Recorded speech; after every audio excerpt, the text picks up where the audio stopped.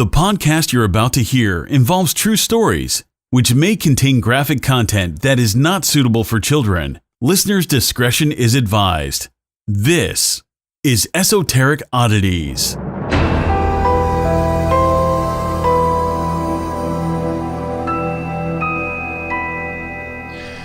Hey guys! Hey, I'm fucking exhausted. Me too. Cheers to that. I didn't even ask, did you want wine? You usually don't. Ew, where did you? Oh my god, that was your cup, wasn't it? I saw that over there. No, there's nothing gross about it. I was like, no. what? Okay. It was over there on the chair. On the steps. I thought that was already down here. So I was like, girl, I don't know how long that's Who been down is here. getting this like random cup and just sipping water from it? That's what I'm saying. I didn't know if my brother was down here. I mean, it would tending make to sense. this aquarium we got going For on. We me, should we start do. charging people at the door. Do you guys want to come see our turtles? You might hear them splishing and splashing. They don't today. bite. They're a hoot. Hootin' and hollering. I need to drink this. Hold on. I went to New York this weekend. It was fun, but I'm exhausted. I'm sure I can't. It's a lot to travel from point A to point B there. You don't need me to tell you that. No. For our listeners who have never been to New York, Please why spare don't you yourselves. tell them? No, I think it's an experience. But like for Sarah's girlfriend lives in New York. So she lives in the Bronx. So the Bronx is like literally like 15 minutes away from Connecticut. So that's how you know it's fucking far. So it takes her 2 hours to get like to Manhattan, and everything is in Manhattan. Not to mention that I lost all my fucking face wash and my regimen and my whole fucking skincare routine. Your regimen. So I had to replace that, and it was just the time. I had a really good time with her, but the commute was a lot. It was a time. I feel that.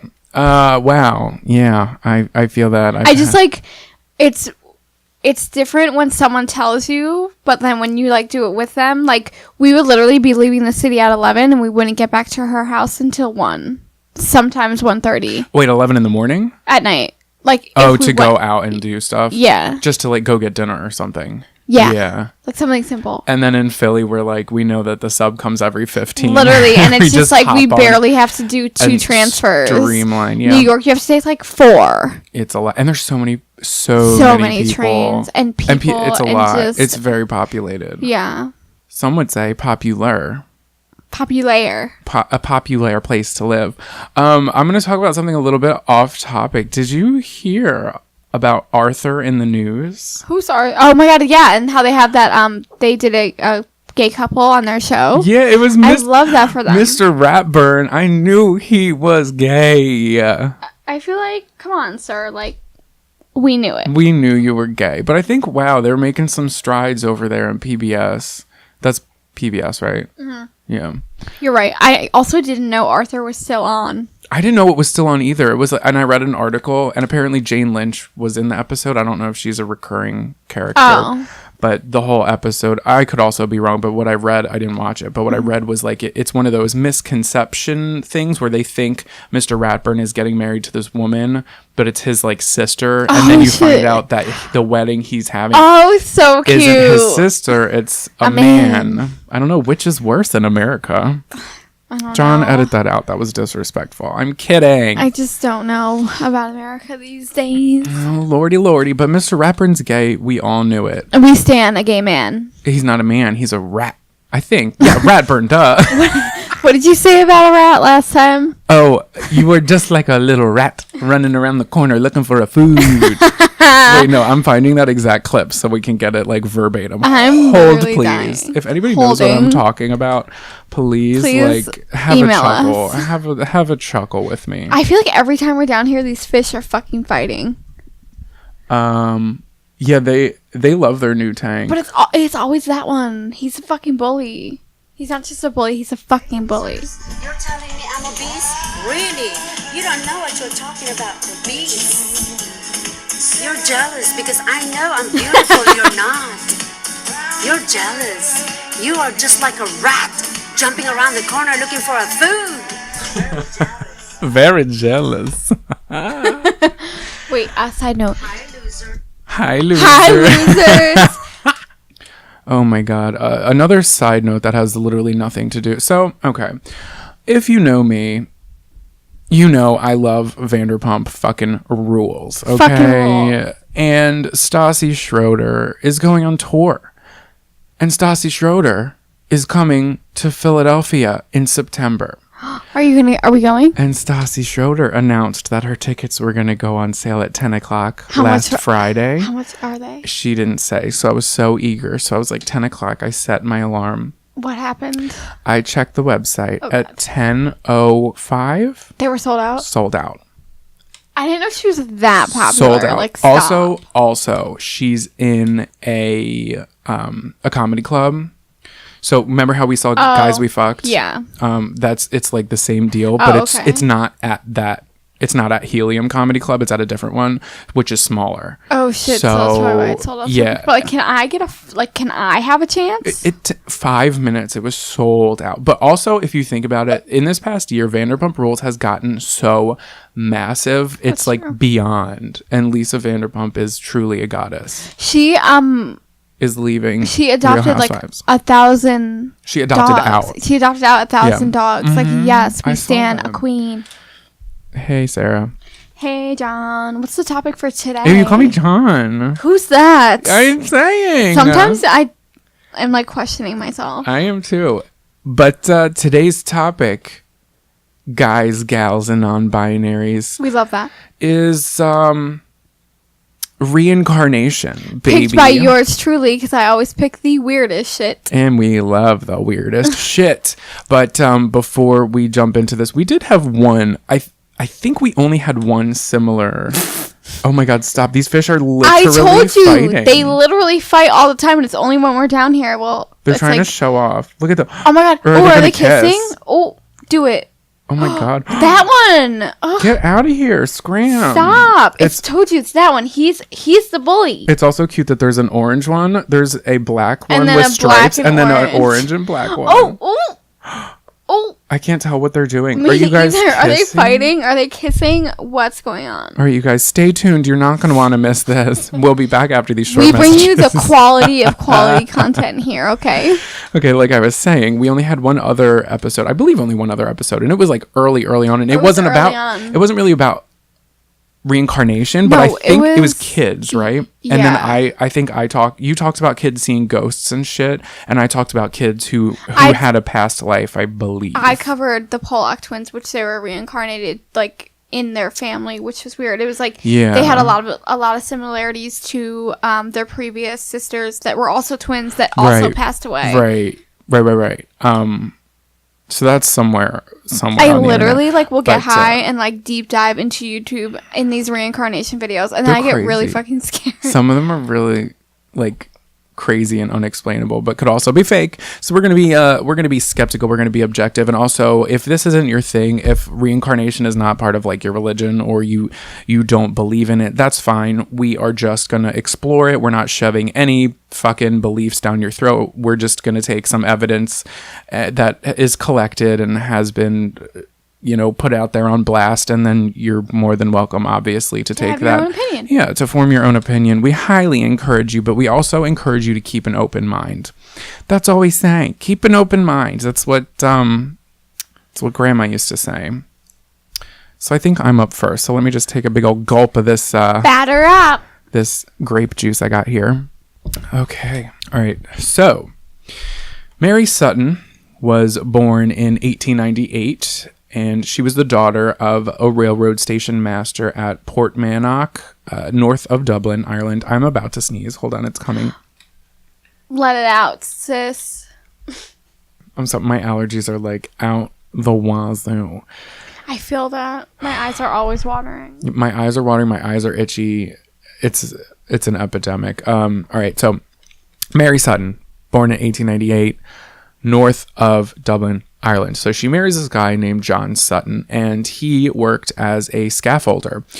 So before her 30s, Mary gave birth to 8 children. Ma'am. Ocho children in Spanish. Yikes, not 8. 8. So there were 4 boys, Sonny, John, Chris, and Frank. And then there were 4 girls, Philomena, Mary, Bridget, and Elizabeth. Did she name her daughter after her?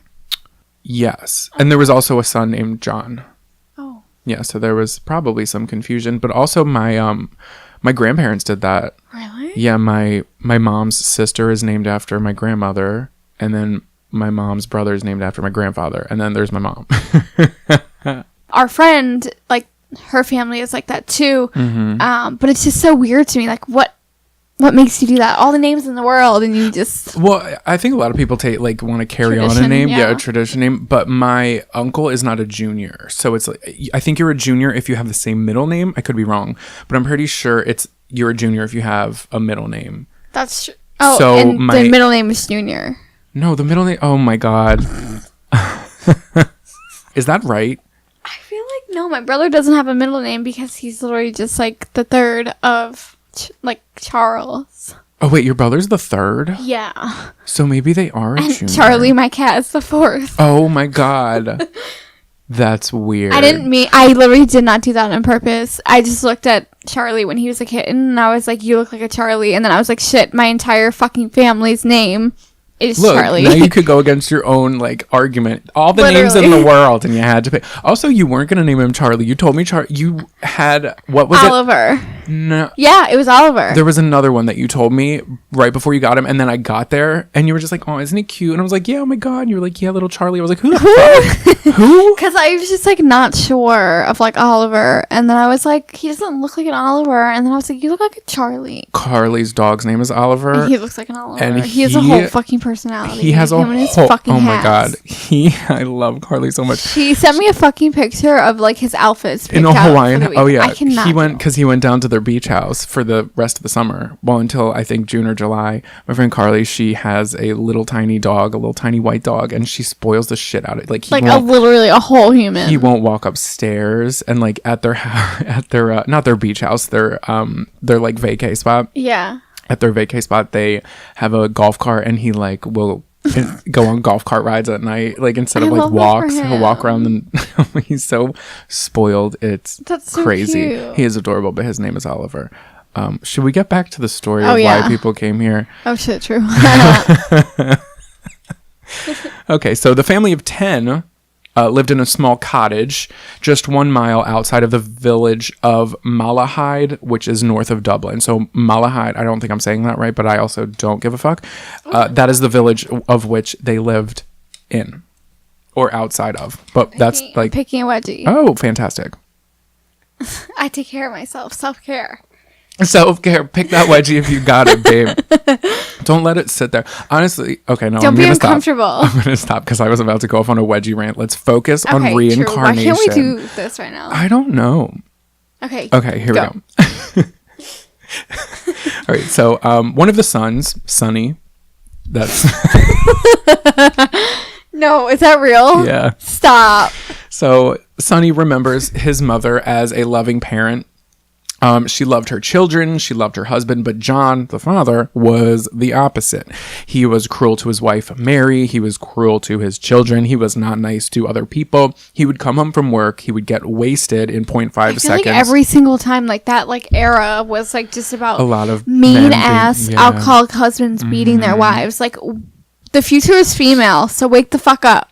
Wake the fuck up, John. No disrespect to you and your genitals. Oh, that's okay. Do you remember when we had an argument about genitals? What was genitals? I was re-listening to that episode, and I'm like, we're so fucking stupid. We're really stupid. I say the stupidest shit on this podcast. We both do, and then like we realize after, like I'll realize stuff in editing. Sometimes I'll be editing and I forget a word. Like I'll have a streamlined sentence and I just like leave out a word, and I'm like, oh, I hope everybody filled in that blank right there because I've also been doing that a lot in my my everyday. Like I just forget words. It's just what it is. I'm just so excited to regurgitate this information that sometimes I miss. That makes me like think with like throwing a word. up. Yeah, regurgitate. Yeah, that's true. All right. Anywho. So Sonny, he remembers his mom's loving. Father was not. He was cruel. He would get drunk. He would yell at the kids, and he would beat Mary. Also, this is in Ireland. Remember that this is right outside of Dublin, way back in the day. So, like, probably we're told. Well, she was in her just before her 30s. So this is the late 20s, 1920s. You go, Glen Coco. You do that math.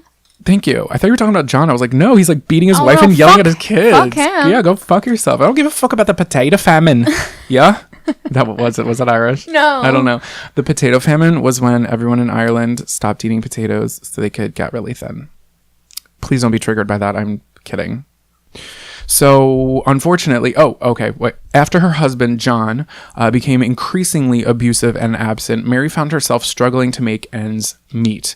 The family lived largely on homegrown vegetables. And why did I add an extra S in vegetables? Did you hear that? Yeah, something's clearly off. I'm just a little rat. Me. I'm a little rat looking for a food. Supplemented by meat, they would pretty much set what? Did I add an extra word? No, I just, for some reason, supplemented by meat was funny to me. Oh, because you're 12. Yeah, literally. No, I'm like, overtired. Oh, yeah, so we're here. So I'm just like. It's like almost being drunk. Basically. Cheers, I'm like acting up. Okay, so they had vegetables growing in their backyard, and they would set up traps that would catch like bunnies and shit, and they would eat whatever they trapped. So Mary Sutton died in a hospital of pneumonia and toxemia. I'm not quite sure what that is, or toxemia. In 1932, at the age of 35. After her death, the son, Sonny, lived with his father. Also, Sonny was the oldest son, so it was the first child that the couple had together. So Sonny went to go live with his father, and the other 7 children were placed in orphanages. And eventually they were separated and all adopted out to different families. How sad is that? Oh my God. Think about growing up. Like literally their entire lives were gone. Yeah. Gone. So let's fast forward 21 years to 1953 in England. Jenny Cockle is born in Barnet, Hertfordshire, sure, which is more than 335 miles away from Dublin, Ireland. Dublin, I'm just adding letters where they don't belong. Dublin. Someone call the cops. Okay, Dublin, Ireland. Oh my freaking God. My ancestors are rolling in their grave. So from an early age, Jenny wasn't like other kids. Before her first, are you kidding me?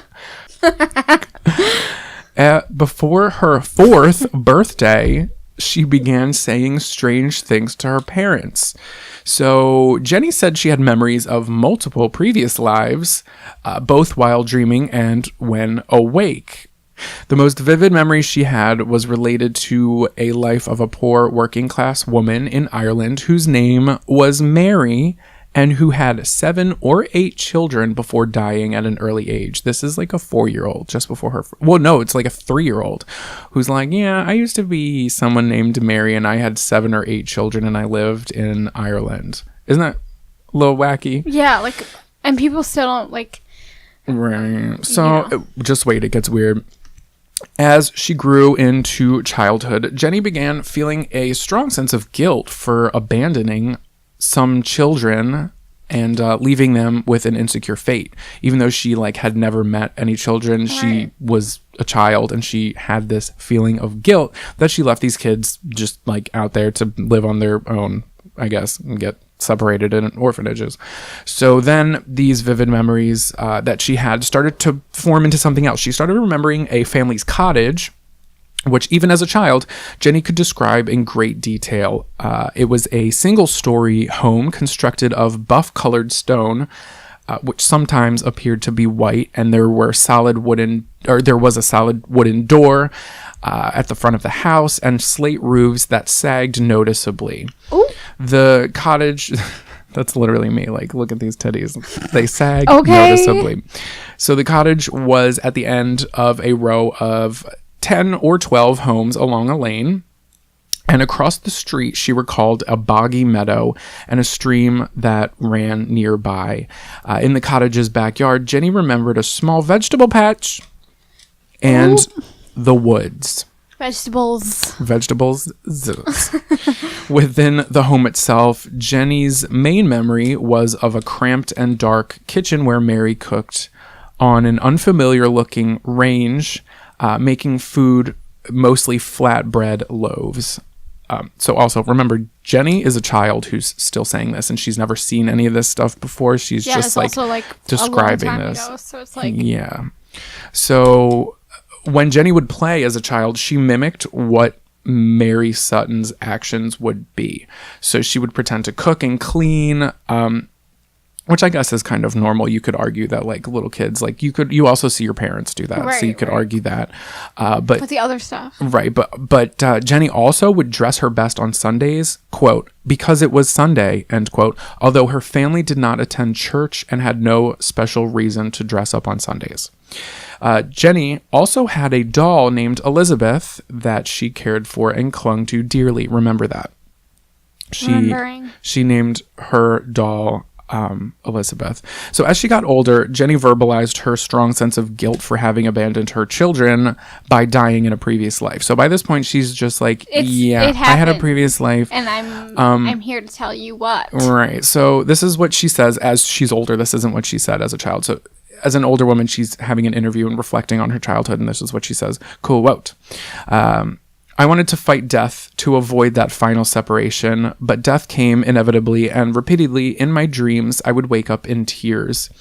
It was too soon to go, much too soon to leave my children. My sense of guilt was powerful. I was filled with a confusion of emotion that would have been difficult for an adult to cope with. And this is her as like a child coping with this shit. But I kept my tears to myself, a rather withdrawn child. I felt that grief was too private to speak of, even to my mother, end quote. So basically she's going through the grieving process of someone who lost their children or who left their children, but she's a child herself and she didn't verbalize that to anybody because nobody really understood it. Okay, so Jenny even recalled strong images of her previous life of a nearby village where she claimed herself as Mary in a previous life had shopped alone and visited all these places with her children. She said possibly she went to a church on Sunday. It wasn't like crystal clear, but she was like, I think I remember like going to a church on Sunday there. And she recalled the layout of a village in some detail. There was like a shopping street that ran north and south through the middle, where there was a small church. There was a railway station set back from the main road, and the village seemed to lie north of a major city beyond walking distance. So then in another interview, she said, quote, one day as a child, I felt sure that if I look at a map of Ireland, I would know deep down where the village was located and could match it with the maps I had been drawing ever since I was old enough to hold a pencil. The only map I could find was my school atlas with the whole of Ireland on just one page. The detail was not very great, so it would be unlikely to succeed for my hoped for match, but I tried anyway. So she's saying that like the only map of Ireland she could get a hold of was like way zoomed out on Google Maps, because so when she was younger, she was literally, when kids would be drawing like stick figures, she was drawing a map of somewhere, she didn't know where, and she was drawing like the little town and where everything was in correlation to that, and then something told her that it was in Ireland. Like she just had this feeling that it was somewhere in Ireland. So now she's trying to look at a map. She can't really see a town that well because it's so, the whole country's on one page. So I sat with the map in front of me, then shut my eyes for a few moments and let my memory take over. Several times I tried, and each time I was drawn back to the same spot on the map. Mary, I felt sure, must have seen maps, or I would not have been able to draw the maps on my own. The place I had been drawn to was called Malahide and was just north of Dublin. Look at that. End quote. Also remember, Jenny, when she's doing all of this, didn't know a woman named Mary who had 7 to 8 children in Malahide even existed. She had no idea that, because she's in England. Right. So she didn't know that any of this existed, because also that Mary woman didn't live a life that ended up in a history book or anything. Do you know what I mean? Like, it wasn't like she was like, oh, I was Betsy Ross in another lifetime. Right. It's not like... It's just some random woman who went through hardships in a totally different country. Eventually, Jenny began speaking about her children. They included an older boy who was confident and straightforward, and the oldest girl was patient and helpful. She remembered 2 more boys, and one energetic and relentlessly humorous, and the other was more quiet. She remembered a girl who was pretty with long blonde hair and blue eyes, and then there was another small boy who was really quiet. She just kind of started listing off these random children she remembered. So she had a few more memories of her husband, John, beyond the feeling that, but she also didn't say the name John yet. So she just had a feeling that she had a husband. And the feeling was like he himself was an outsider. He had possibly once been a soldier, and the work he did had to do with large timbers or roof work, which John Sutton that's like what he did. He was a scaffolder. Jenny felt that her husband in a previous life, was reserved and seemingly absent in the lives of her and her children. Ooh. Though she remembered her children in detail, Jenny could not visually remember what Mary looked like. So she remembered, though, what clothes she wore in her previous life as Mary. She remembered a blouse with sleeves gathered in a band just below the elbow and a dark, long woolen skirt. But honestly, that could be like anybody back in the early 1920s, the late 1910s. Right. Did they call she them? did say other specifics. Right. So, like, kind of, it doesn't matter that anything was like, that could be anybody. You know, I'm just being the devil's advocate. I know. So Mary seemed to have a strong interest in steam trains, although there was no memory of actually traveling on them.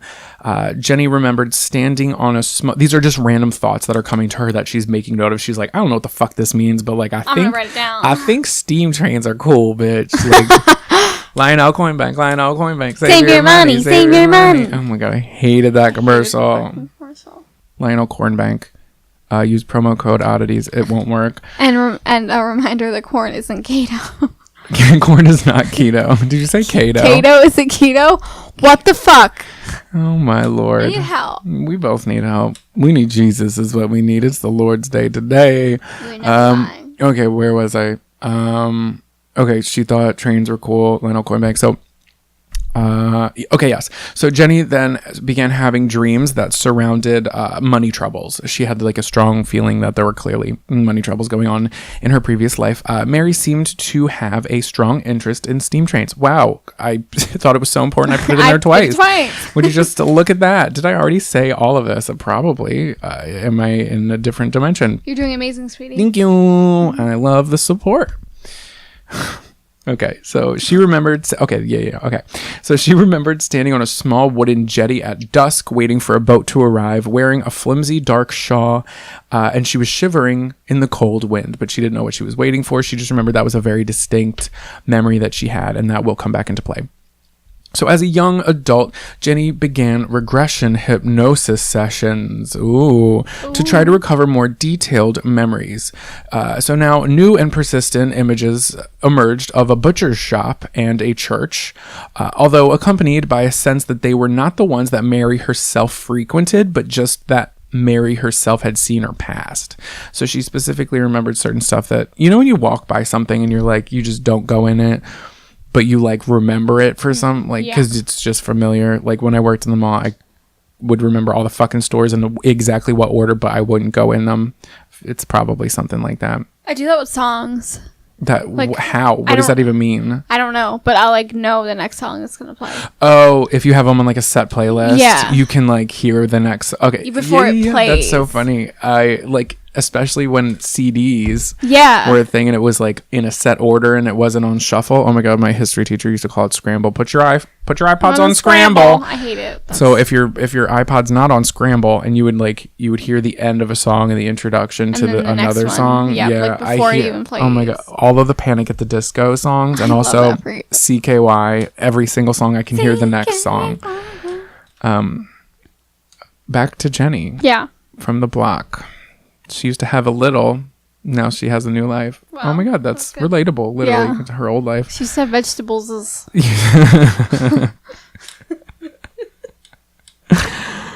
Oh God Almighty! I'm really funny today. You're always funny. You're so fucking hilarious. So relatable. Love it. Okay, so you're so famous, but really, like really famous.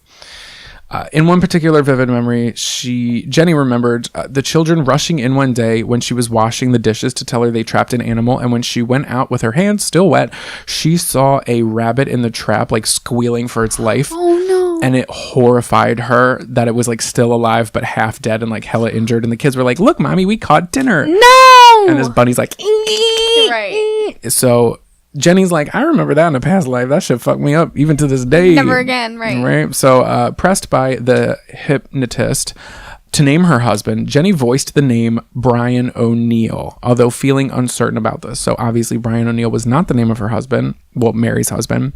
Mary's husband's name was John Sutton.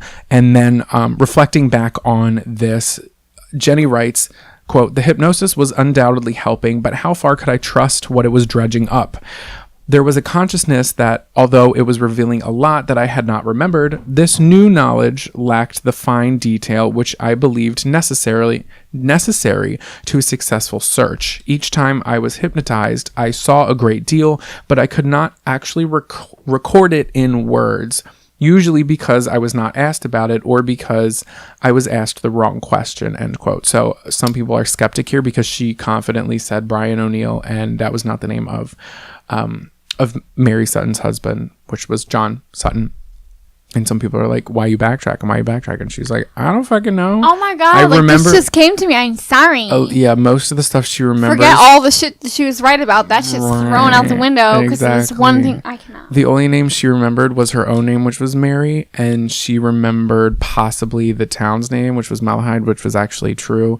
But she didn't remember the names of her kids. She didn't remember what Mary looks like. She couldn't. Well, I mean, when you're talking about reincarnation, like, it's like very hard. Like, let's like think of how this process is. I just, you know. Well, people are trying to find out because also a lot of people's, like, especially when your religion plays into it, and like what you've grown up believing in wouldn't necessarily correlate to what this person's bringing to the table. So you're going to look for every little hole in their story and every little detail that you can just kind of like scrape with a knife and be like, this is why you're lying. This is why you're trying to make money out of the situation. I'm right. You're wrong. I'm big. You're small. Matilda, which is funny because you're small and so is Danny DeVito. Thank you for coming to my Tedward talk. Thanks. Are we done? Yeah. Thank you guys so much for listening. If you want to give us 5 stars. So when Jenny got married and had children of her own, this is in her actual current life, not her previous life as Mary. So she got married, had children of her own. She began feeling a strong need to trace the family that Mary had involuntarily abandoned at her time of death. But she had like no idea how the fuck to go about it. Anything about them. So Jenny found the address of people with the last name O'Neill in the area because when she was doing this, she thought that she was married to a Brian O'Neill. Mm-hmm. So she wrote to the people with the last name O'Neill. Also, she's writing to people with that basic ass generic last name O'Neill to Ireland. Yeah. So she's just like, hey. Also, I'm sure that the O'Neill, like, this last name has something to do with this fucking story. Okay. You hold on to that glimmer of hope. Oh. So she wrote to them with a map and that she had drawn from memory, and she was just like, hey, does anybody know anything about this? About this? How do you like word that? You're like, hey, it's me. Here's this drawing that Mary. I drew up from my past life. Was wondering if you could tell me where it is. Thank you so much. Please write back. Mary O'Neill. But she sent all these notes out, hoping for literally anything, but nothing ever came of it. However, it did lead her to discover maps in greater detail, which she found closely resembled her own. The real maps matched the locations she drew of a train station. They matched the churches. She found on a map the jetty she specifically remembered and roads that she couldn't name, but she remembered like where they were and how they connected at intersections. So everything that she had actually drawn, even as a child, that her and her family had held on to, the distances in between the things were close in scale. Oh, I did look at that. The name Gaybrook sparked a particular memory in her head and then she was also able to identify Swords Road, which actually ended up being 1 mile away from the site of Mary's cottage. So Jenny realized that tracing the family's home would be the most certain way of finding out how the family lived there, because she was like, okay, maybe I can't track down these people, but if I can track down this location, I can find whoever the fuck lived there. Also remember that this is before like the internet and stuff. This is in the 80s is when she's doing all of this. So Jenny then enlisted the help of individuals who might be able to help her, piece together more information. And in June of 1989, Jenny was at last able to visit Malahide herself, finding the layout, including the jetty, a butcher shop, and church that Mary often passed, and other details that were, quote, so familiar that I was flooded with relief, end quote. That's got to be insane. Like, let's just say that she's telling the truth. I'm just being... I have a hard time being skeptical. Right. I don't know how to be. I know you. Sometimes you really take things at face value. That's going to get you into trouble, I'm girl. Gullible. You gullible. Do you remember when people be like, look, there's gullible on the ceiling? And I'd be like, oh, where? Looking up.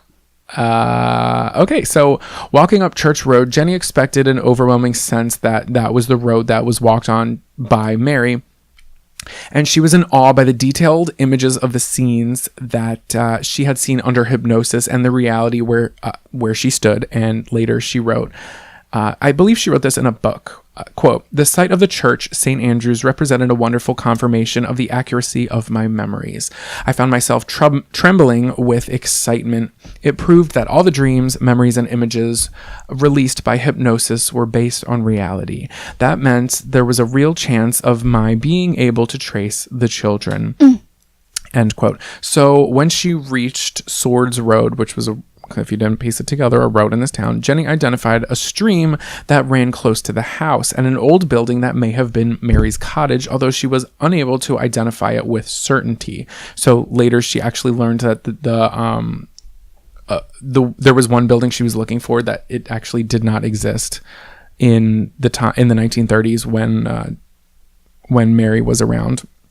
She did not see a ramshackled cottage that was obscured behind a wall, and she returned to England, and she was put in touch with a local landlord who indicated that... There was a fucking wall there. Well, the landlord... This is kind of where I got a little bit confused, but the landlord indicated that this was the only building in the lane that had been occupied with several children whose mother had died in the 1930s. The landlord then provided the last 19 families who lived on Sword Road, in the 1920s, one of which, in particular, closely matched Jenny's memories. The landlord identified the mother as Mrs. Mary Sutton, the wife of a British soldier who fought in World War I, and revealed the following: her death, the children, and the orphanages they were sent to. So I don't quite know how much of this information the landlord legally could give out, because this random lady's like, who lived in this house? I need to know information. She's just like, oh yeah, I can give you the children's information. I can give you you want a death certificate? I can hand that out. Like, what's good? Like, come on, that's probably not information that you should be handing out to people. Right.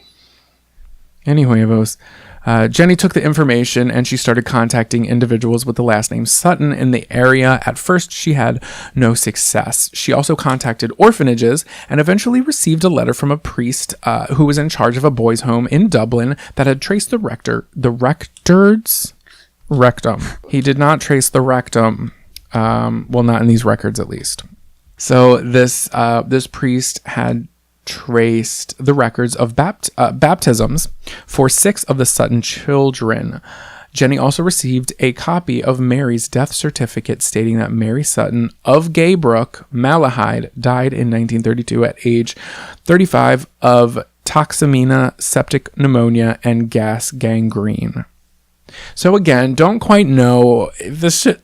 Did they have the word confidential back then? Apparently not. They were just like... Well, also, I don't quite know what's like open to the public records, but I don't know if these children's baptism things should be just handed out to strangers. That was a little much. Also, especially if some random stranger is just like, hey, I think I was this person in a previous life. Give me the information. Right? Like, anybody could say that. Right. Like, if I just wanted like the scoop on you and I would... Hello? That was unprofessional of me. What is that? Oh, it's a number who hasn't texted me in a while. Wow. Okay. Just going to put that on silent and probably not text them back. Who is it? I'll tell you later. I don't ever get the tea. Okay, so in response to the publicity in a local newspaper, so now people are starting to be like, oh, this woman, like, da-da-da-da. She thinks she's, like, this woman, and she's reincarnated and all this shit. Remember, this is in the 80s. Okay, so in response to publicity in a local newspaper, Jenny received a call from the daughter of Mary Sutton's second son. So this woman calling Jenny is Mary Sutton's granddaughter. Okay. And the granddaughter confirmed that Mary did have 8 children, the youngest of which was named Elizabeth. Look at that. That's where her fucking doll baby was named. Yes, you remembered. I love that. You pay attention. I do. I know it doesn't seem like I do. And Mary, this granddaughter also said that Mary died when Elizabeth was just an infant. And the granddaughter agreed with Jenny's descriptions of her own father, which was Mary's second son, as mischievous and humorous, and the other, the brothers that her father had, which were her uncles. I know this sounds like I'm just like throwing the shit out there, but this just, hi, how are you? Stick with me. I'm sticking. The granddaughter gave various family details and provided contact for the 2 other brothers, Sonny, the oldest brother, who lived with the father after everybody else was separated, and Frank.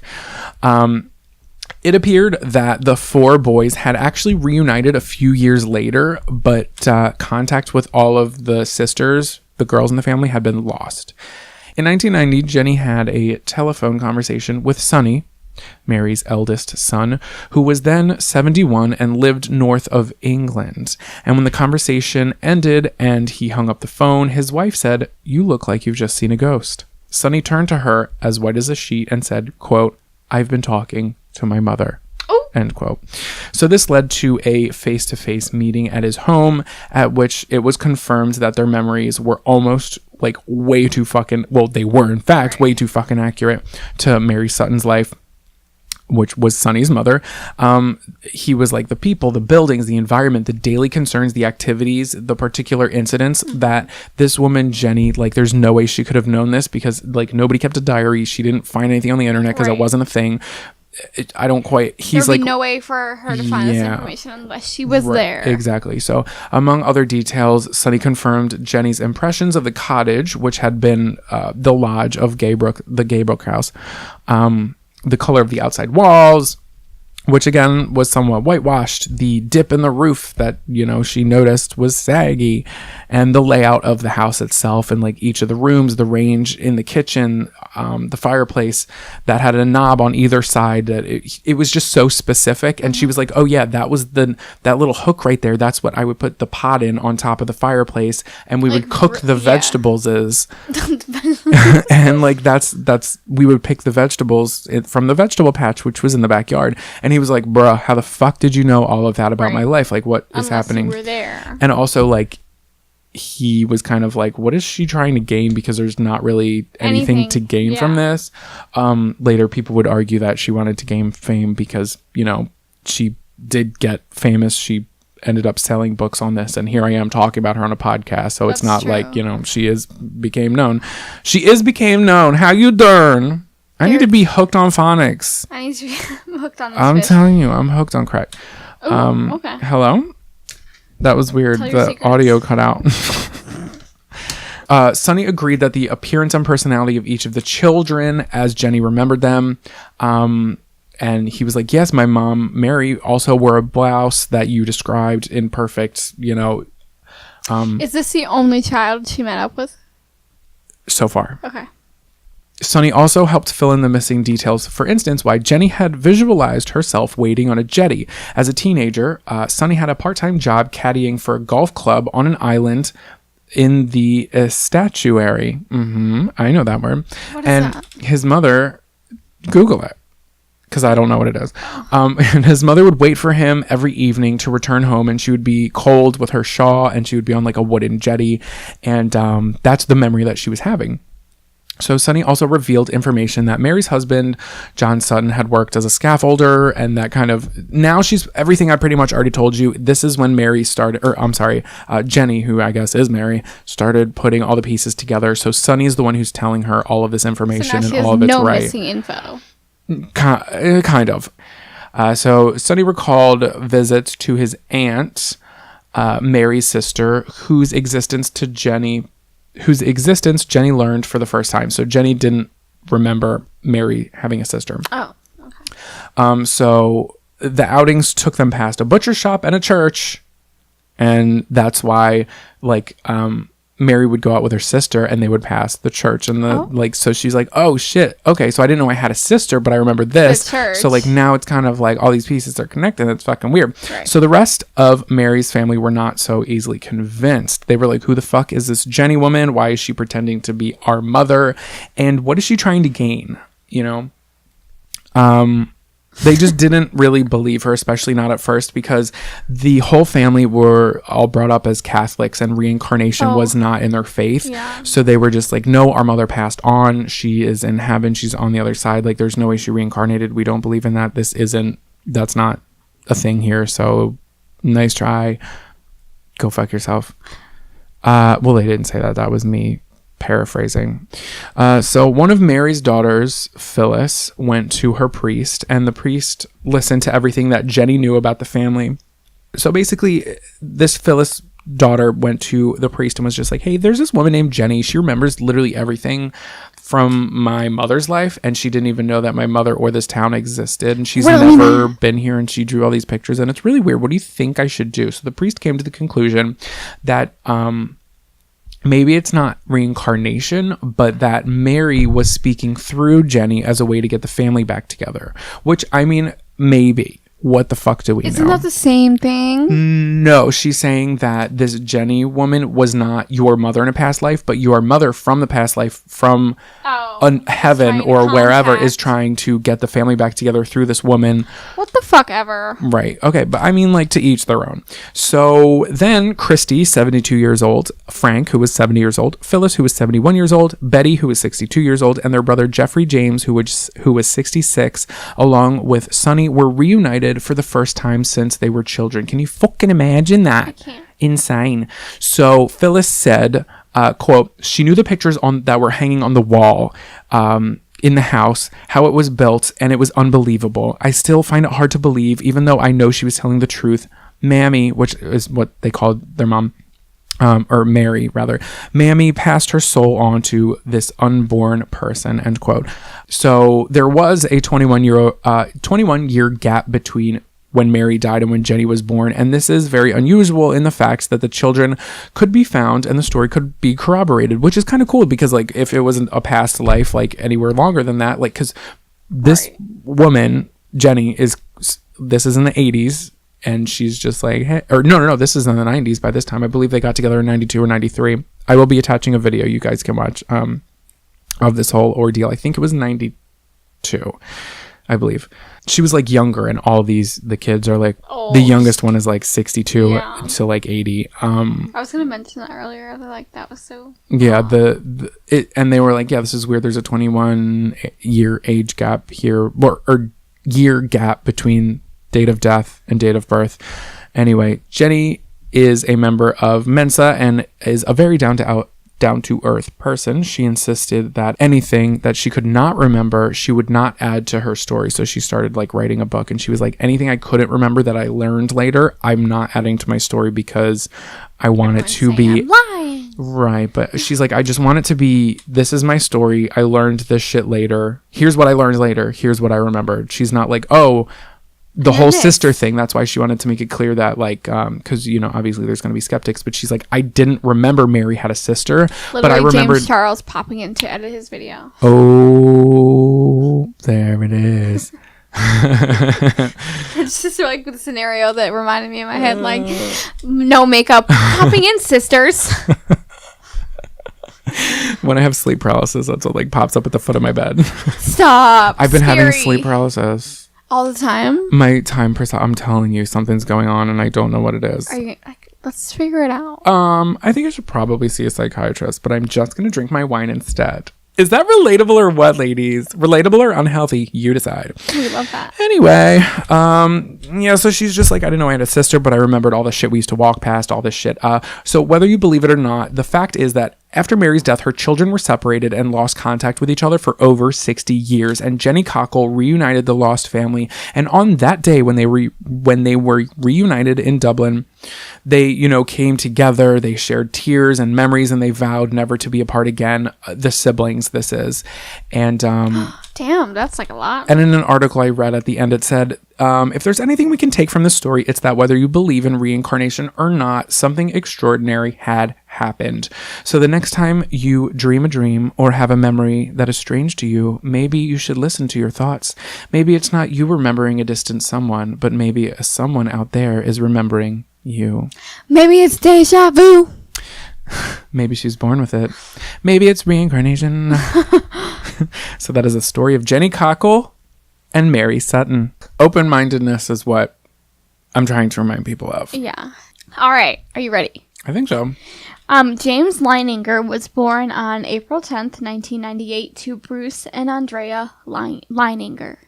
I'm just going to call him James now because I'm not going to say that a million times. You don't need to. So their family was very religious.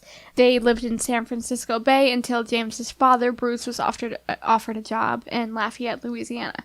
Now, this is where the story gets a little weird because some stories say that he was offered a job and they moved to Lafayette, Louisiana, but others say that then he lived in Texas. Not really sure like where the timeline gets like messed up, but Okay, Louisiana or Texas. Got it. I'm going on to say when James was around 4, his father took him to the Kavanaugh Flight Museum outside of Dallas. And this is where the story goes on to say they were in Dallas because they lived in Texas at the time. Oh, okay. Okay, well, maybe the dad's job... Like, moved again. I don't fucking know. Yeah. Nor do Just- I really give a shit. Me neither, but Dallas, Texas. 4 years just so old. people don't, try to come for me. Okay, wait. Hold on. Did you say where he was born? He was born in San Francisco Bay. Okay. Then his father was offered a job. Okay. They moved to Lafayette, Got it. Louisiana.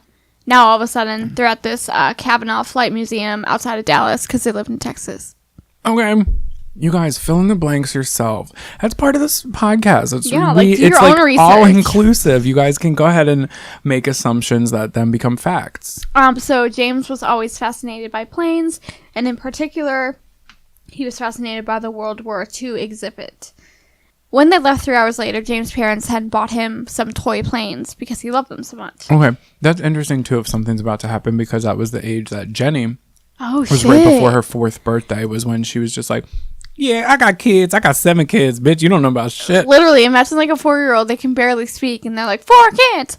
Anyway, when James was playing with the planes, there was a part that looked like a bomb under it, and James had looked at it and said, that's not a bomb, that's a doo-wop tank. James was referring to the fuel tank that is attached to the underside of the plane, which is ejected or dropped off when the fuel is empty.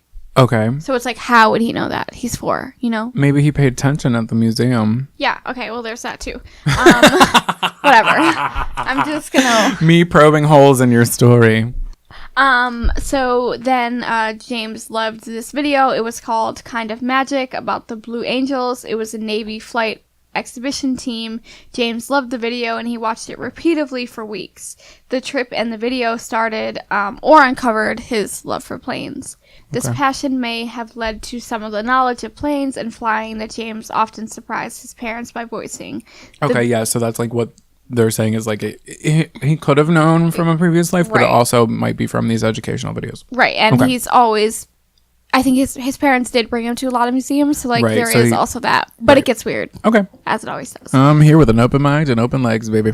The video, however, was clearly not the source of James's information about World War II, since the Blue Angels group was founded in 1946 after the war ended. Okay. All right, so this is when it's going to get weird. Right. James and his father made a second trip to the same museum later that spring on Memorial Day weekend.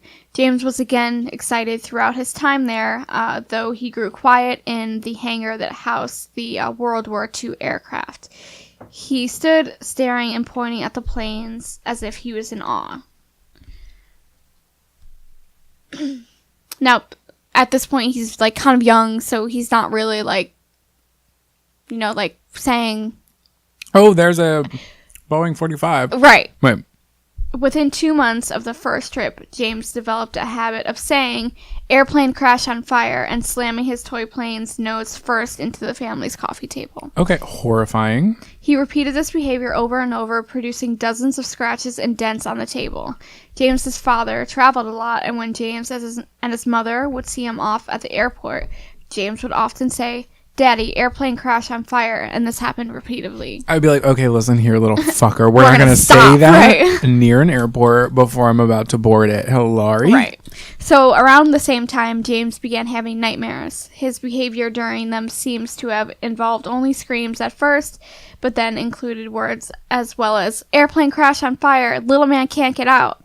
Oh my God. James's parents then went on to write a book called Soul Survivor, and James's parents quoted him saying this, airplane crash, airplane on fire, little man can't get out. When Andrea asked... You know I'm going on a plane in like 5 days, all right? I'm so sorry. It's okay. Go ahead. We're just going to repeat it one more time. Airplane crash on fire. Little man can't get out. Okay, perfect. You're not little, so you're cleared. Are you calling me bitch? Hold up. I have not been doing keto. I have not been doing keto for you to be stallion. Stallions are 5'6" and above. They said, cut it out. When Andrea, his mother, asked who the little man in the plane was, James replied, me. When Bruce asked who shot his plane down, James stated, the Japanese. Are you ready? I guess. James would shout this over and over again while thrashing and kicking his legs in the air. After a few months of this, he had several conversations with his parents about the dreams, usually as he was preparing to go to sleep. He indicated that they were memories of events from the past. He said his plane had crashed on fire and that it had been shot by the Japanese. 2 weeks after those statements, James said that his plane was a Corsair, which was a fighter plane that was developed during World War II, and he talked about flying this type of plane several times. Wouldn't it be crazy if they like took him to a cockpit and he like could get that shit up and off the ground? He was like, yeah, bitch. Just wait. Oh, God. He knew incredibly precise details of the Corsair. I'm probably saying that wrong. Sorry. That's so fine. Saying it would veer to the left and take off, and it had the tendency to blow tires upon landing. In addition, James knew that the U.S. flyers gave Japanese bombers girl names and Japanese fighters boy names. So, like, how'd he know that about planes? I mean, I guess that is information that you could find out. But, like, he's like a child. He's not, like, going on the internet and researching this shit. Mm-hmm. But I guess, like, the museums could help him find out. Right. What would you name your plane? Spot. Yeah. Why? I don't know. It's just what came to my mind. Okay. Aren't you going to ask me? What are you going to name your plane? Tom Selleck. Why that? Feels right. Well, that's good. That's that on that. All of the historic information given by James was later verified as accurate as Bruce and Andrea continued to research the details they were given by their son. Like, mind you, they're really religious, so they're, like, skeptical. So they're, like, actually digging deep into the story because they're like, what's going on? Also, they're probably there, like, the mom clearly the parents were there at the museum. So maybe they're saying this isn't information that was provided there. Right.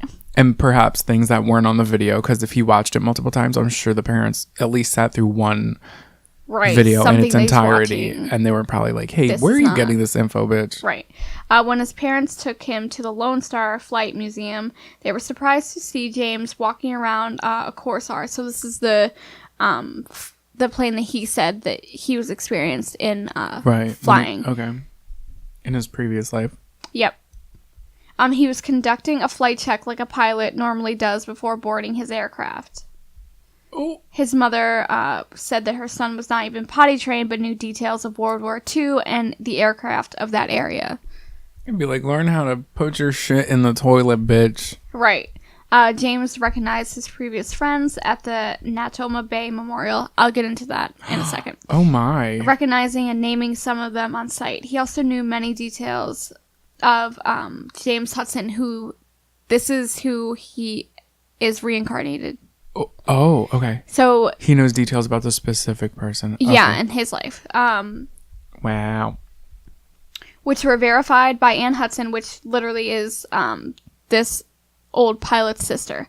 So James told Ann that he could call her Annie. Ann confirmed that only James Hudson... Oh my god, so it's Houston, not Hudson, but it's fine. We're fine. Okay, so his last name is... Houston. Okay. So James, and I'm talking about little James, told Ann that... Okay, wait. Okay. So James is his real name, but the reincarnation is also James? James. Okay, weird. Yeah, so little James, and then James is... Houston, not Hudson. Yes. Got it. Wow, look at you listening. Thank you. Little James told Anne that he could call her Annie. Anne confirmed that only James Houston called her Annie. James told Anne that they had a sister named Ruth, which was correct. James said Ruth was 4 years older than Anne, and Anne was 4 years older than James, which was correct. James reported that their father was an alcoholic and smashed things when drunk, and that he had to go to rehab for alcoholism, and Jane said this was also correct. Oh, it sounds like a... Yeah, what's up with that? Reoccurring story. On August 27th in 2000, when James was 6, he told his parents he had flown his plane off a boat. This is now going into the story of the pilot and how it happened. So this kid's like our age now. Yeah. Mm-hmm. Okay. All right. Also, I wouldn't pay attention to this, like... Oh, I haven't been. The ages, because they're kind of, like, all over. They're wonky. Okay. Like, I feel like as I was researching, some said 1. But then I was like, that doesn't make sense. How is he, like, 24 months and, like, talking about planes? Your baby's not 24 months. Your baby's 2. I think you can talk at 2. Okay. You can be like, plane, fire, little man can't get out. Okay, well, yeah, so he was probably around 5 or 6 at this time when he started explaining, like, the real story. Right. So he told his parents he had flown his plane off a boat. When his parents asked him the name of the boat, he said Natoma. After the conversation... Okay, that is a name that you don't pull out of your fucking ass as a child. Okay, Natoma. Like, come on. Also, okay, my cousin was pregnant. How old was I at the time? I must have been 7 or 8. And she was like, what do you think I'm going to name the kid? Oh, and God. Instantly, Did you say pickle? No, I said Ferobia. Bitch, I was so confident Ferobia. in that name, Ferobia. My parents were like, where the fuck did you hear that? Where did you get I was that? like, it came to me. It's Ferobia. Ferobia. That sounds like a country somewhere. It does, doesn't Ferobia. it? It came to me, and to this day, everybody still laughs at it. And, Ferobia. And I think it's a good name. So if you want to name your kid Ferobia, trademark that shit. Yeah. With an F or a PH, however you feel. We love that. After that conversation, his father searched online for the word and eventually discovered a description of the USS Natoma Bay, which was an escort carrier stationed in the Pacific during World War II. So I'm going to post on the Instagram the document of what he found and post it there. Okay. You mean you'll send it to me and I'll post it? Yeah. Just kidding. James's parents asked him a number of times for the name of the little man in his dreams. He always responded with, only me, or James. A few weeks after James gave the word Natoma, his parents asked him if he could remember anyone else who was with the little man. James responded with the name Jack Larson. One day, James and his father were looking through a book he was planning to give his father for Christmas, one called The Battle of Iwo Jima, 1945. His father reports that James pointed to a picture showing an aerial view of the base of the island where a dormant volcano sits and said, that's where my plane was shot down. His father said, what? And James responded, my airplane got shot down there, Daddy. And A week after that, James's father talked to a veteran from Natoma Bay who remembered a pilot named Jack Larson. He said Larson flew off one day and never returned, so no one knew what happened to him. With the nightmares still going on, James's parents eventually contacted Carol Bauman, who had written a book about children's past memories. Creepy. It was Andrea's mother, Bobby, who suggested that James' nightmares could have stemmed from a past life. Bobby told Bruce and Andrea about Carol Bauman, the author of this book, and that's how they got the contact information. Okay, so the grandmother. Yeah. Is that Bobby with an I? B-O-B-B-I? You already know. We love a Bobby with an I. An eye for an eye makes the whole world a Bobby. I love that. Thank you. They go on to say that Carol gave invaluable advice on how to handle James's nightmares. Carol related that it was vitally important to listen to James in a supportive way and keep reassuring him that he was safe now. Wait, hold on. So they were like, this is not valuable information? Yeah, because they don't believe in it. So they didn't want to be like, we're not supporting this. Right. Because it's not real. Okay. As a result, Andrea says the nightmares decreased drastically. So they eventually tried it out because they were probably like, our child keeps screaming every night. Like, right. Okay. Gotta let them children talk, baby, and also get them kids some shots. Okay. All and right. Carol Bauman goes to quote, "When we are dreaming, our conscious minds are not filtering material as when we are in a waking state. So unconscious material, including past life memories, emerge. It is not uncommon for young children to dream about their previous lives. We tend to notice the nightmares because they disturb sleep and are often dramatic, realistic story, as in James's case. They are often reoccurring as a child relives the same dramatic events over and over. On some level, they are seeking resolution to these disturbing memories." So when the mom acknowledged what James was remembering in his dreams, his plane crashing, and helped him move through the trauma. Interesting. I almost don't want to say something out loud because I'm not trying to jinx anything, but this morning I woke up hella early and then I fell asleep twice and I had crazy vivid dreams, one of which was really not pleasant, and I'm hoping that it doesn't mean anything. Oh god. I know thoughts become things. We're like, are you okay? I don't know. You just like literally shared that so like... I know, because if I say something, then I don't want it to happen. And That's literally me all the time. Yeah. Because it kind of has something to do with what you're talking about. I feel that. Don't say it. It's going to be fine. You're going to be fine. Perfect. I love it. James's parents go on to say that when he became old enough to draw, he drew hundreds of battle scenes involving planes, which I will post on the Instagram. Yeah, I peeped. Okay, I'm gonna admit I tried seeing if this guy was on Facebook because I wanted to see if he was like an actual person in the real deal, and I came across the pictures he drew, and wow, horrifying, scary things for a child. He signed them James 3. When his parents asked him about this, he said, Were we just talking about how there's juniors and thirds? Well, the 3 referred not to his age, but to his being the third James. He right. continued to sign and you were talking pictures. about Charlie the third and Oh my fourth. God. Full circle. I hate it. It's not quite a circle. It's kind of like a weird fucked up oval, but like you get it. He continued to sign his pictures that way even after they like were like, you're not the third. Right. He's like, bitch, I'm the third. James may have thought of himself as the third because of James Houston, the pilot, was James Jr. In June 2002, James's parents were interviewed by ABC News for a segment that was a part of the program called Strange Mysteries, but it never aired. Why doesn't that shit air? I saw a clip of him talking on the news. Yeah. At the time of the interview, Houston wasn't identified. Oh, okay. Interesting. So I'm going to give you a list of items that were included in the report and their comparison to Houston's experiences. They are all correct or partially correct for Houston. Are you ready? Okay. Wait, hold on. To you too. I'm sorry. Where were these lists of items coming from? This is just what James... This was in young the ABC News interview. Okay.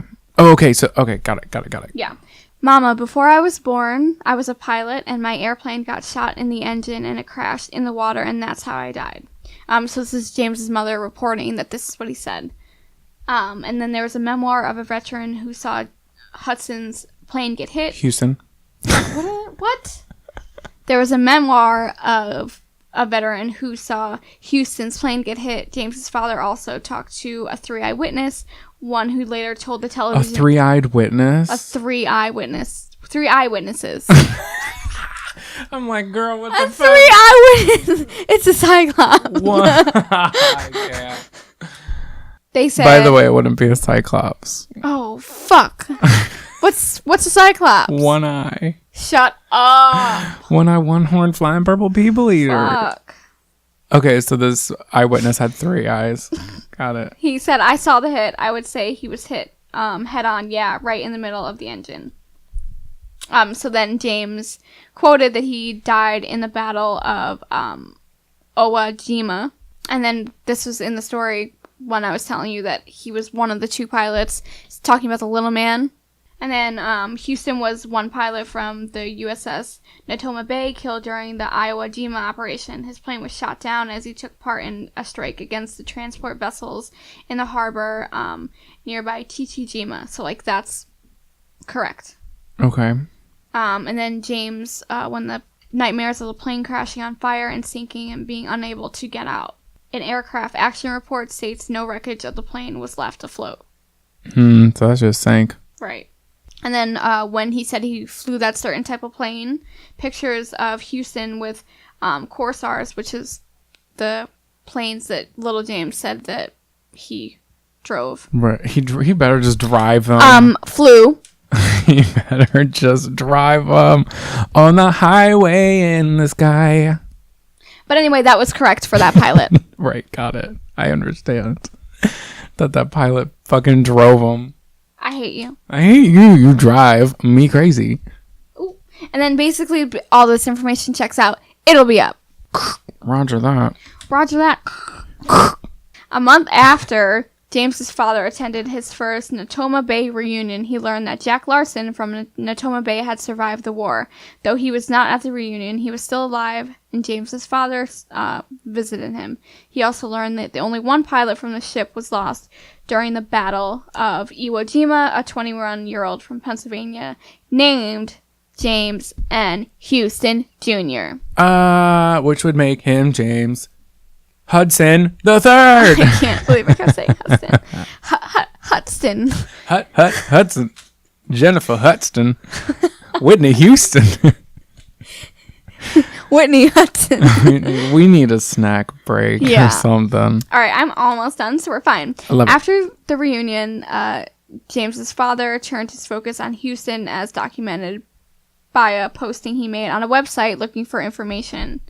He learned that Houston did not actually die on Iwo Jima itself. Instead, the battle continued after the initial USS Natoma Bay. Okay, so wait, where did he die? You'll see. Oh. Houston was one of 8 pilots from the ship who took part in the strike against the transport vessel in the harbor as the Japanese were preparing a built-up of troop replacements and supplies. His plane appears to crash exactly as James described. So now we're going to take it back to Jack Larson. One of the names that James gave was he was on a plane next to Houston's plane. So that's why Okay, so James, this Jack Larson who's still alive or was alive. Okay. Instead of it being in the plane with him, he was on a plane next to him. Okay. So that's why he recognizes the name. Okay, got it. And Houston was the only pilot that was killed from the Natoma Bay during the Iwo Jima operation, as his details closely matches James's statements, and his parents concluded that this was the life that he recalled, which was James Houston's life, not Hudson. Got it. Copy that. James's parents reported that he had knowledge about World War II planes in general, like I stated before, but the details that he had on Natoma Bay was what really made them deep dive into this whole story. Okay. And that is the story of James Linninger. Or James Houston the Third. Right. Wow. What if the parents just put him up to it and it's all a lie? Yikes. I'm just saying, because if he ended up on the news, there would be, especially if there were book deals that were put in. That's a lot of the stuff that makes me skeptical, or reasons to be skeptical. Obviously, money is the motive, baby. Money is always the motive. And whether it's about my person or your person, and they come out with a book, or they are making money off of the story in some way, who knows? It could be Remember that our April Fool's episode about the woman I covered who made all those fucking allegations, and she was a fraud ass bitch the whole time? That's true. Cheese and rice. I mean, who knows? But I believe. I believe that I don't really have reason not to believe, because who's to say? At least in this dimension. I don't know. It's interesting to think about. Sometimes I think about it too much. Don't think. Just do. Verb. It's what you do. Oh, cool. Remember when I tried to say that verb was a noun? Verb is not a noun. And not all... I was listening back down. I was like, what's going on? Not all rectangles are squares. But all squares are rectangles. I love that for you. Do you have the tweet of the week? I do. And we've also got a quiz, baby. Do you want to do fun facts? Then we'll do tweet of the week. Then we'll do a quiz. I love that. And then we'll tell the secret. Okay. I don't think you guys are ready for the secret. You're not ready for the secret. Okay. Are you on FaceBase? Yeah. How to save from broke to saving. How to We send each other. That's what I sent you. We're real friends. We're hilarious. Okay, my fun fact is that Abraham Lincoln is in the National Wrestling Hall of Fame, having lost only once in more than 300 matches. I love that for you. Yeah. My well, I love fun that for fact Abe. Is Nintendo trademarked the phrase "It's on like Donkey Kong" in 2010? Oh, it's on like Donkey Kong. Pay up. What's your tweet of the week? Pay up or put out, bitch. My tweet of the week is screenshot on phone. Hold, please. I'll just do mine. Okay. This is from Shakira. I don't know how to say her at name, so I'm going to move on. She says... Like, wait, real Shakira? No. Oh, no, it's... Okay. Yeah. Willy Wonka stole Oompa Loompas for their land so they can Millie Rock on top of dead kids. I told you it was really funny. I told you it's really funny.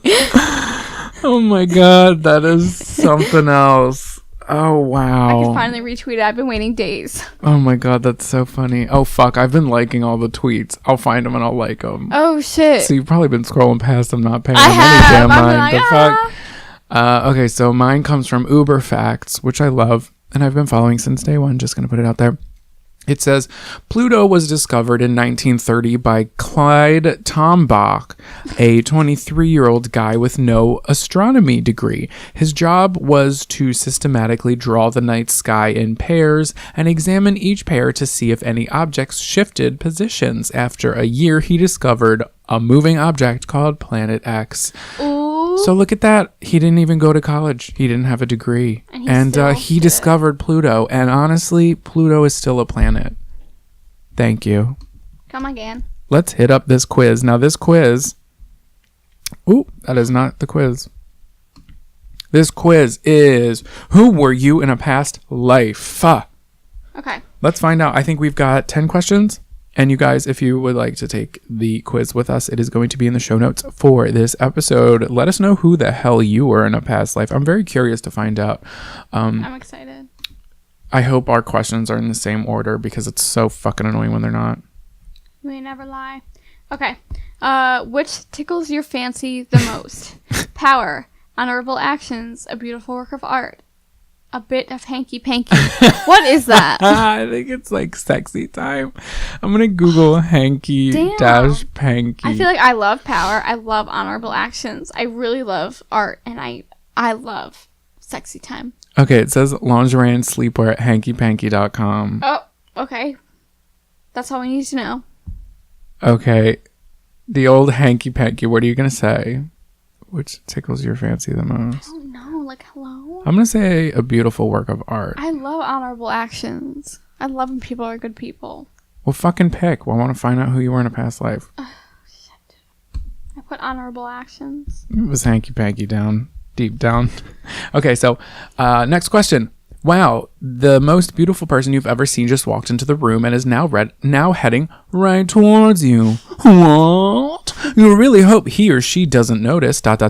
how short you are, how nervous you are, your body odor, or oh my god, the scandal, your ring. You already know I'm going to say how short I am. There's no way they can't notice that. I know, you're right. Is that impractical? No, I mean, it's up to you. Do you hope they don't? I don't stink. I'm never nervous, and I don't have a ring. I always think I smell. You do. Do you remember that time we were at like the... You would tell me if I smelled. Yes, I'm a very transparent person. I force you to smell my armpits when we were at that photo shoot. And I was like, it's not you. Kiko was like modeling. I was like, I'm going to pretend I'm fixing your hat. Can you just smell my armpit? It wasn't you. Okay. It was somebody else. There was a lot of naked like bodies in there. No, I swear it was me. Let's see. I'm going to say...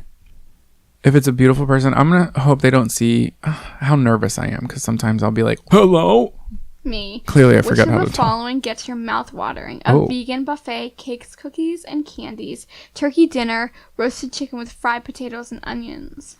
I'm going to say a vegan buffet. I'm going to say, cakes, cookies, and candies. If I could eat them. Like, if they're gluten-free. When you need to think, you often go for a long walk.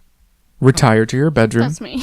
Consult your favorite advisor or space out. I'm going to say retire to my bedroom. I literally will go in my bed. Getting drunk is awesome. A way of life. A wasteful form of self-indulgence. A way to warm up for the real partying.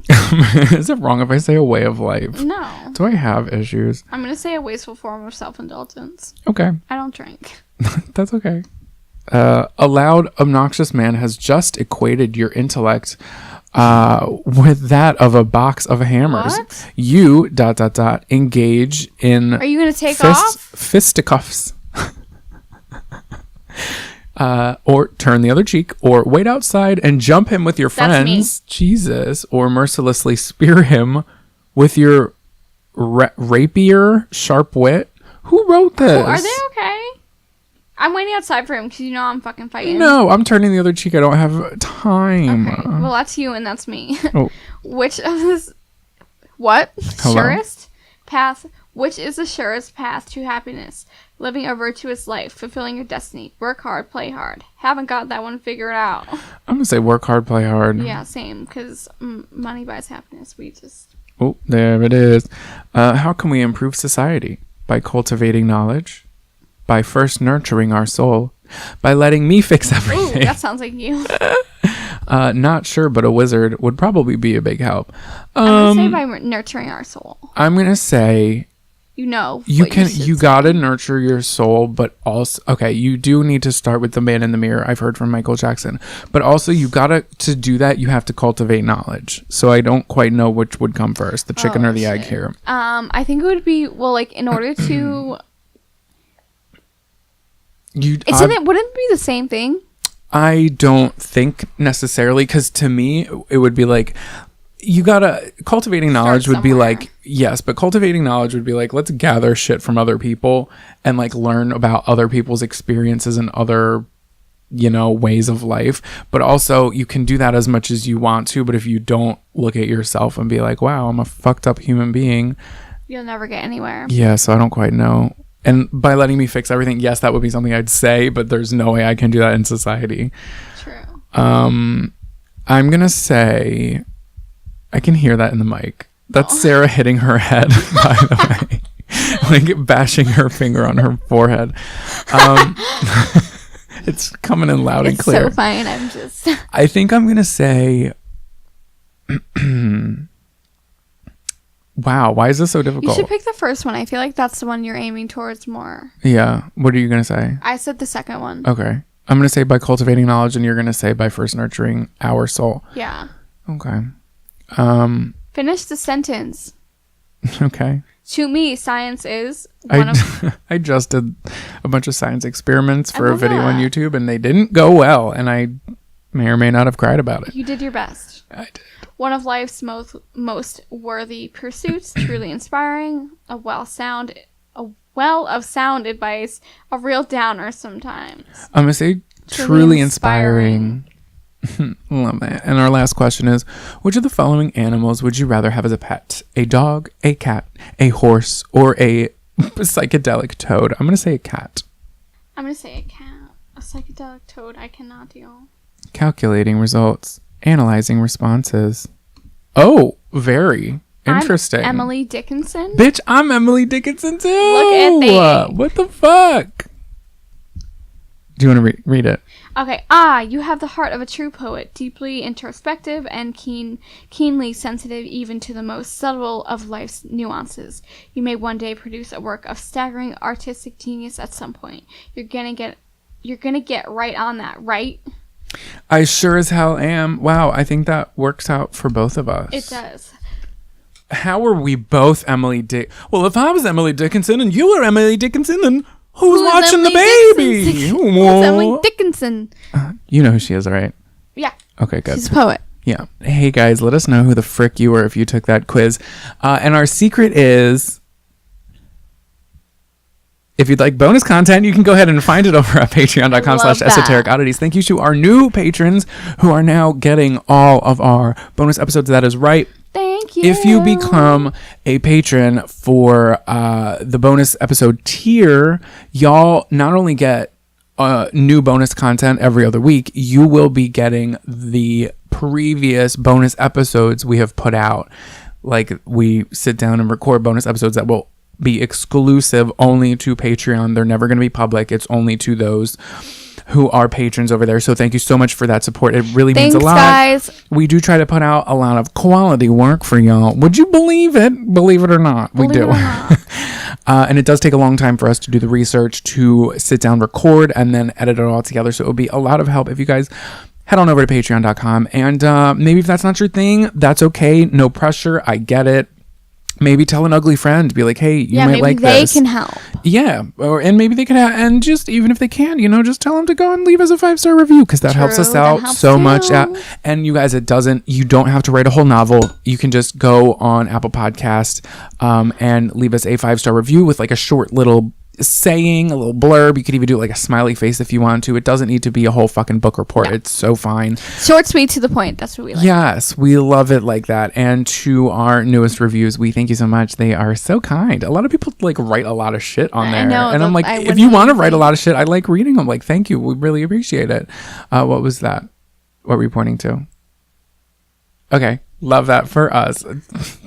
Telepathy. Yeah. Emily Dickinson. We're Emily Dickinson. I love it. What was I going to say? Oh, yeah. Thank you. I hope you have a great day. And call your parents today, maybe. Tell them you love grandparents them. Or your biggest supporters. Tell them you love them. If it's not your parents, if it's your aunt, your uncle, your friend, your ugly friend, your cute friend. Maybe tell your cute friend that they're cute. I don't know. Is your cute friend your sibling? Is that weird? Are you living in Idaho? Let's not. Alabama. Ooh. Love you. Bye. Bye.